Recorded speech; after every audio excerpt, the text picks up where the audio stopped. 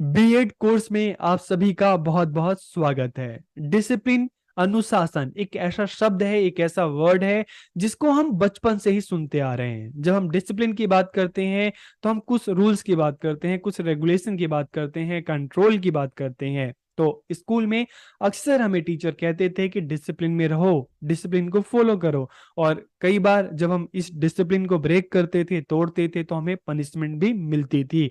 तो अब हम बीएड में आ गए हैं, तो क्या डिसिप्लिन का मतलब वही रूल्स एंड रेगुलेशन है या कुछ और है? तो आज के इस वीडियो में आपके इसी क्वेश्चन पर हम बात करने वाले हैं कि डिसिप्लिन है क्या, इसका कंसेप्ट क्या है, इसकी मीनिंग क्या है, इसका डेफिनेशन क्या है और इसके कैरेक्टरिस्टिक्स कौन कौन से हैं। तो वीडियो को आखिरी तक देखिए और वीडियो कैसा लगा कमेंट करके जरूर बताइए। तो हम वीडियो को शुरू करते हैं और सबसे पहले जानते हैं डिसिप्लिन के कंसेप्ट के बारे में, मीनिंग के बारे में कि अनुशासन की अवधारणा क्या है, अर्थ क्या है। तो अगर हम इसके मीनिंग एंड कंसेप्ट की बात करें तो उससे पहले जब हम स्कूल टाइम में थे तो डिसिप्लिन को अक्सर हम क्या कहते थे? Control of action and following rules, कि जो हमारी एक्टिविटीज हैं, क्रियाएं हैं, उस पर नियंत्रण करना और नियमों का पालन करना। तो इसलिए हम इसको क्या कहते थे कि it is called the practice of controlling and training the mind and body, कि ये एक प्रैक्टिस है अपने माइंड को कंट्रोल करने की, अपनी बॉडी जो एक्टिविटीज है उसको कंट्रोल करने की एक प्रैक्टिस है। क्या है? डिसिप्लिन। इसको हम पहले इसी रूप में इसको समझते आए हैं। और अगर हम इसको फॉलो नहीं करते थे, इसको तोड़ते थे, तो हमें अक्सर पनिशमेंट मिलती थी। ठीक है। तो इतना तो डिसिप्लिन के बारे में हम सभी को पता है। ठीक है, क्योंकि स्कूल में इस पर बहुत ज्यादा जोर दिया जाता था। लेकिन जब हम अब कॉलेज में आ गए हैं तो क्या डिसिप्लिन, ये वाला discipline, understanding discipline and subject, तो ये वाला डिसिप्लिन क्या वही वाला डिसिप्लिन है या कुछ से कुछ अलग है? तो इसको भी हम जान लेते हैं। तो कॉलेज में आकर यहाँ पे इस डिसिप्लिन का मतलब control of action and following rule से नहीं है। तो ये डिसिप्लिन है क्या? तो इसका मतलब क्या हुआ?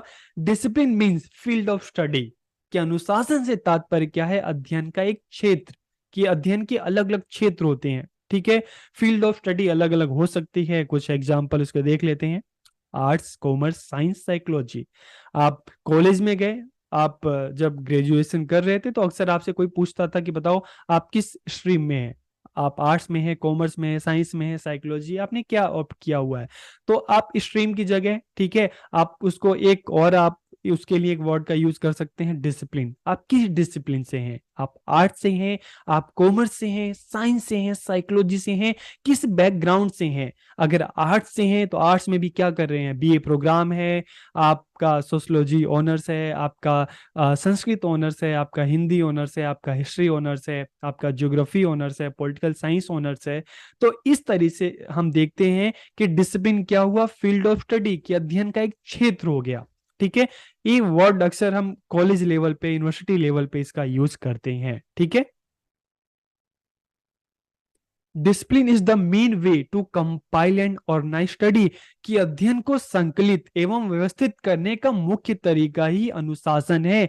तो किस तरह से क्वेश्चन आ रहा है ना सामने, कि किस तरह से इसके थ्रू हम जो स्टडी है उसको कंपाइल कर सकते हैं, उसको ऑर्गेनाइज कर सकते हैं। तो जैसे हमने बात की कि हमने कॉमर्स की बात की, हमने आर्ट्स की बात की, हमने साइंस की बात की। तो अगर हम आर्ट्स की बात करते हैं तो देखिए, आर्ट्स में चाहे हम बात करें लैंग्वेज की बात करें, ठीक है, चाहे हम हिस्ट्री की बात करें, हम चाहे हम ज्योग्राफी की बात करें, हम पॉलिटिकल साइंस की बात करें, ठीक है, लैंग्वेज में भी बात करें, हम हिंदी की बात करें, संस्कृत की बात करें, उर्दू की बात करें, ठीक है, अलग अलग लैंग्वेजेस की हम बात कर सकते हैं। तो डिसिप्लिन के थ्रू थ्रू क्या किया जा रहा है कि जो स्टडी है उसको कंपाइल किया जा रहा है, उसको ऑर्गेनाइज किया जा रहा है।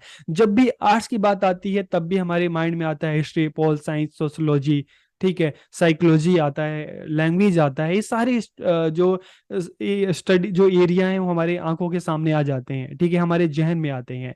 इसी तरीके से अगर हम साइंस की बात करते हैं तो फिजिक्स आ जाता है, केमिस्ट्री आ जाता है, ठीक है, बायोलॉजी आ जाता है। और इसी तरीके से जब हम कॉमर्स की बात करते हैं तो कॉमर्स में भी बिजनेस स्टडी आ जाता है, अकाउंट आ जाता है, ठीक है। तो इस सारे के सारे जो एरिया हमारे आंखों के सामने, जब भी हम एक डिसिप्लिन की बात करते हैं तो मतलब क्या है कि जो अनुशासन है, डिसिप्लिन है, is the main way to compile and organise study. की ये स्टडी को क्या कर रहा है, कंपाइल कर रहा है और एक ऑर्गेनाइज वे में हमारे सामने उसको प्रस्तुत कर रहा है। तो डिसिप्लिन इज डिवाइडेड इनटू सब डिसिप्लिन एंड सब डिसिप्लिन कि अब जो ये डिसिप्लिन है, अनुशासन, इसको सब डिसिप्लिन में डिवाइड किया जाता है, ठीक है। और सब डिसिप्लिन को भी सब डिसिप्लिन में डिवाइड किया जाता है। तो क्वेश्चन आ रहा होगा कि यार ये सब डिसिप्लिन क्या है और सब डिसिप्लिन क्या है, तो इसको भी हम देख लेते हैं। तो अच्छा एग्जांपल है, आपको समझ में आ जाएगा। तो जैसे अगर हम एक ले लें डिसिप्लिन, आर्ट्स ले लें, तो आर्ट्स को सब डिसिप्लिन में क्या किया है, डिवाइड किया गया है। सब डिसिप्लिन क्या हो गया, हिस्ट्री हो गई, ज्योग्राफी हो गई, पॉलिटिकल साइंस हो गया, सोशियोलॉजी हो गया, लैंग्वेज और बाकी सब्जेक्ट आ जाते हैं, ठीक है। तो यहाँ पर आपको सब डिसिप्लिन समझ में आ गया। आर्ट्स डिसिप्लिन है, history, geography, political science, sociology, language, ये सब इसके सब डिसिप्लिन है। फिर सब डिसिप्लिन क्या हुआ, तो सब discipline history, geography, political science, sociology, language. अब इनकी सब डिसिप्लिन क्या हो गया, जैसे हिस्ट्री की बात करें तो एंशियंट हिस्ट्री हो गई, मेडिवल हो गया, मॉडर्न हो गया। और लैंग्वेज की बात करें तो हिंदी की बात करें, इंग्लिश की बात करें, संस्कृत की बात करें, तमिल की बात करते हैं। तो अक्सर आप यूनिवर्सिटी में जाओगे तो इनके भी आपको अलग अलग डिपार्टमेंट मिल जाएंगे। आपको हिंदी का अलग डिपार्टमेंट मिल जाएगा, इंग्लिश का अलग डिपार्टमेंट मिल जाएगा, संस्कृत का अलग मिल जाएगा, तमिल का अलग मिल जाएगा, उर्दू का अलग मिल जाएगा, ठीक है।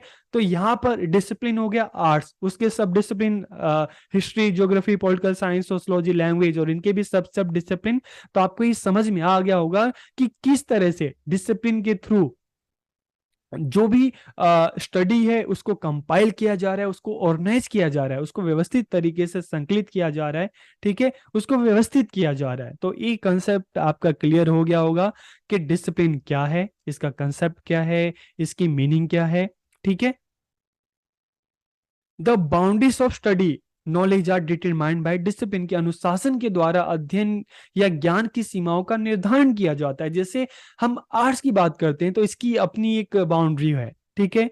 हम कॉमर्स की बात करें तो इसकी अपनी बाउंड्री है, हम साइंस की बात करें इसको तो इसकी अपनी अलग बाउंड्री है, हम साइकोलॉजी की बात करें तो इसकी अपनी अलग बाउंड्री है, हम अगर इंजीनियरिंग की बात करें उसकी अपनी अलग बाउंड्री है, हम मेडिकल की बात करें उसकी अपनी एक अलग बाउंड्री है। तो the boundaries of study knowledge are determined by discipline, कि अनुशासन के द्वारा ही अध्ययन और ज्ञान की सीमाओं का निर्धारण किया जाता है। It is not only provides a teacher with the knowledge of subject matter and pedagogy but also explain the development and philosophy of the subject। कि देखिए जब आप बीएड कर रहे हैं, ठीक है, तो आप बीएड कर रहे हैं तो आपको अपने डिसिप्लिन के थ्रू आपको केवल अपने सब्जेक्ट की नॉलेज नहीं होगी, और आप उसकी जो पेडागोजी है कि अपने सब्जेक्ट को किस तरह से पढ़ाया जाए, सिर्फ इन चीजों की नहीं बल्कि आप अपने विषय को अच्छे से जान सकते हैं, उसके डेवलपमेंट के बारे में, उसकी फिलॉसफी के बारे में, उसके दर्शन के बारे में कि आपका विषय क्या है, कैसे बना, ठीक है, इसकी उत्पत्ति कैसे हुई, इसका डेवलपमेंट कैसे हुआ। आप अपने सब्जेक्ट के बारे में, आप अपने डिसिप्लिन के बारे में आपको सारी डिटेल आपको मिलेगी, ठीक है। तो it not only provides a teacher with the knowledge of subject, इस सब्जेक्ट और पेडागोजी की नॉलेज नहीं देता बल्कि उस सब्जेक्ट का डेवलपमेंट कैसे हुआ है, उसकी फिलॉसफी क्या है, ये सारी की सारी चीजें एक टीचर को पता चलती है, जिससे वो अपने सब्जेक्ट को अच्छे से जान सकता है, अपने सब्जेक्ट को अच्छे से समझ सकता है और अपने स्टूडेंट को उसके बारे में अच्छे से बता सकता है, समझा सकता है, सिखा सकता है। अगर हम डेफिनेशन की बात करें, अनुशासन की परिभाषा की बात करें, तो अकॉर्डिंग टू बार्डियू, उन्होंने क्या कहा है कि a discipline has an academic and socially accepted name, कि डिसिप्लिन का एक एकेडमिक या सोशली एक्सेप्टेड नेम होता है। जैसे हमने बात की, आर्ट्स की बात की, कॉमर्स की बात की, साइंस की बात की, उसमें भी आर्ट्स में भी हमने बात की, हिंदी की बात की, हमने हिस्ट्री की बात की, हमने इंग्लिश की बात की, ठीक है। तो इस तरह से हमने देखा कि जो अकेडमी जो डिसिप्लिन है उसका एक academic and socially accepted name होता है। और इसका इन्होंने एक बहुत ही अच्छा एग्जांपल दिया है, in a library the classification system can be found, कि अगर हम एक लाइब्रेरी को देखते हैं, ठीक है, तो देखिए एक लाइब्रेरी में आप कॉलेज में पढ़ रहे हैं तो वहाँ पर जैसे हिंदी ऑनर्स की बात करते हैं तो उसकी एक अलग कॉर्नर होगा, ठीक है। हम हिस्ट्री की बात करते हैं तो वहाँ की बुक्स का एक अलग कॉर्नर होगा। अगर हम बात करते हैं पॉलिटिकल साइंस का, उसका एक अलग कॉर्नर होगा। कॉमर्स स्ट्रीम की बात करें, उसका एक अलग कॉर्नर होगा। ठीक है, साइंस की बात करें तो उसका भी एक अलग कॉर्नर होगा। और साइंस की भी बात करें तो फिजिक्स का अलग होगा, केमिस्ट्री का अलग होगा, जियोलॉजी का अलग होगा। ठीक है, उसी तरीके से कॉमर्स की बात करें तो उसमें भी अकाउंटेंसी का अलग होगा, बिजनेस स्टडी का अलग होगा। ठीक है, मैथ्स का अलग होगा, इकोनॉमिक्स का अलग होगा। आर्ट्स की बात करें तो आर्ट्स में भी जैसे हमने अभी जाना कि ज्योग्राफी का अलग होगा। ठीक है, पॉलिटिकल साइंस का अलग होगा, हिस्ट्री का अलग होगा, हिंदी का अलग होगा, इंग्लिश का अलग होगा, सोशियोलॉजी का अलग होगा। तो इस तरह से a discipline has an academic and socially accepted name. ठीक है, जिसमें लाइब्रेरी का अच्छा एग्जांपल दिया है कि एक अगर हम लाइब्रेरी की बात करें तो एक लाइब्रेरी को एक हम बड़े डिसिप्लिन के रूप में लेते हैं, तो उसमें भी अलग अलग सब डिसिप्लिन हमें मिल जाएंगे। ठीक है, उसमें भी सब सब डिसिप्लिन हमें मिल जाएंगे। तो इस तरह से आपको समझ में आ गया होगा कि डिसिप्लिन का मतलब क्या है according to Yadav and Lakshmi. ठीक है, तो इन्होंने डिसिप्लिन के बारे में क्या कहा है कि इन्होंने कहा है कि discipline refers to a specific area of study. जैसे हमने अभी इतनी बात की कि अनुशासन अध्ययन के एक विशिष्ट क्षेत्र को संदर्भित करता है। तो इस तरह से आपको डिसिप्लिन के बारे में समझ में आ गया होगा कि डिसिप्लिन क्या है, फील्ड ऑफ स्टडी, अध्ययन का एक क्षेत्र है। ठीक है, अब हम अगर इसके कैरेक्टरिस्टिक्स की बात करें कि डिसिप्लिन के क्या क्या कैरेक्टरिस्टिक्स हैं, क्या क्या विशेषताएं हैं, तो आपको काफी कुछ समझ में आ गया होगा, आपको पता चल गया होगा कि डिसिप्लिन क्या है। तो इसकी विशेषताएं क्या क्या हैं? Every discipline has its on history, की प्रत्येक अनुशासन का अपना इतिहास होता है। चाहे हम आर्ट्स की बात करें, कॉमर्स की बात करें, साइंस की बात करें। ठीक है, आर्ट्स में भी हम अलग अलग सब्जेक्ट की बात करते हैं, हम कॉमर्स में भी अलग अलग सब्जेक्ट की बात करते हैं, डिसिप्लिन की बात करते हैं, हम साइंस में भी अलग अलग जो डिसिप्लिन है, सब डिसिप्लिन है, उसकी हम बात करते हैं। तो सबका एक अपना एक अलग इतिहास होता है, अपनी एक हिस्ट्री होती है। Every discipline has its own goal, कि प्रत्येक अनुशासन का अपना एक लक्ष्य होता है, उसी को पूरा करने के लिए वो चीजें बच्चों को बताई जाती है, सिखाई जाती है। तो हर डिसिप्लिन का अपना एक अलग लक्ष्य होता है, गोल होता है। It is an organised form of knowledge, की एक ज्ञान का एक संगठित रूप है।